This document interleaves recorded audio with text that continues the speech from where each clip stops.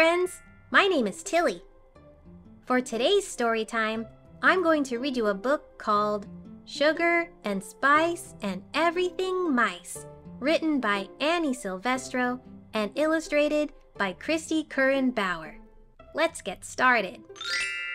The snow fell fluffy and white. The pond was a sheet of ice. Winter was in full swing. And Lucy had never been happier. She had shown her friends how wonderful winter could be. And now they mice skated together nearly every single day. One blustery, blizzardy morning, Lucy and her friends prepared to go above ground. But when Lucy opened the door, a fierce blast of wind sliced through the burrow. "Oh dear," said Lucy. "It's monstrous out there," said Marcello. The mice heaved their bodies against the door to shut it tight. "Too bad," said Mona. "So stormy," said Millie. "Don't worry," said Marcello. "We can all go outside tomorrow." Lucy smiled fondly at her friends. "It's a hot cocoa kind of day," she said. As Lucy stirred the milk, she got an idea. She loved how her friends had warmed to winter, her favorite season. Now she would do something special to thank them. She handed Mona, Millie, and Marcello their steaming mugs. "I'll bake us something to go with it," she said. "Brownies?" asked Mona. "Sugar cookies?" said Millie. "Cheesecake," begged Marcello. "Pretty please, with Parmesan on top?" "Absolutely," said Lucy. Since Lucy had taught herself to skate, surely she could teach herself to bake. Then she could show her friends how too. She scampered to her room, tied on her apron, and set to work. Measuring and mixing, beating and whisking, rolling and licking. And when the brownies were done, Lucy tasted one. Too dry," she said. She tossed them in the trash. That's when Mona peered inside. "Are the brownies ready?" she asked. "Not quite yet." "Do you need some help?" "Nope, all good," fibbed Lucy. Baking wasn't as easy as Lucy thought it would be. But she had promised her friends, so she tried again. This time, she made sugar cookies. She mixed the dough, rolled it, and cut it into shapes. But the cookies burned to a crisp.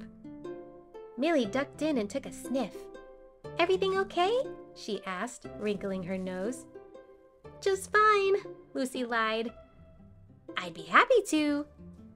But before Millie could finish, Lucy shoveled her out and shut the door. She didn't want her friends to think she was a failure. Lucy tightened her apron and gave it another go. How hard could cheesecake be, she thought. Turns out it could be hard. Very hard. Lucy's cheesecake was solid as a rock. Marcello poked his whiskers inside. "May I have a morsel?" he asked. Lucy turned beet red. "I just wish you would let us help," said Marcello. That's when the oven went boom. So did Lucy's temper. "That's it," she squeaked, yanking off her apron. "I quit." The storm had ended outside, but Lucy stormed on the inside. She brushed past Marcello, grabbed her skates and her pom-pom hat, and raced to the pond. Lucy skated hard and fast across the ice. She spun around until she was dizzy. And, for the first time, she did a full-on triple twist. "I can't wait to teach everyone," she thought. That's when Lucy realized something. Skating had come easily to her.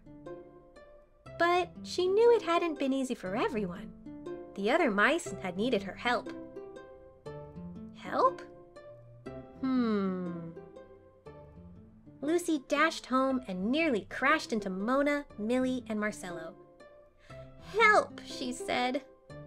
"Will you help me bake?" "We thought you'd never ask," they said. Mona brought recipes. Millie brought cups, bowls, and spoons. Marcelo brought lots and lots and lots of ingredients. The mice worked together, sifting, stirring, savoring, until finally, success! "Good Gorgonzola! Look at this feast!" exclaimed Marcelo. It was time for a taste. Delicious," said Mona. "Scrumptious," squeaked Millie. "Unbelievable," cried Marcelo. Lucy licked her lips.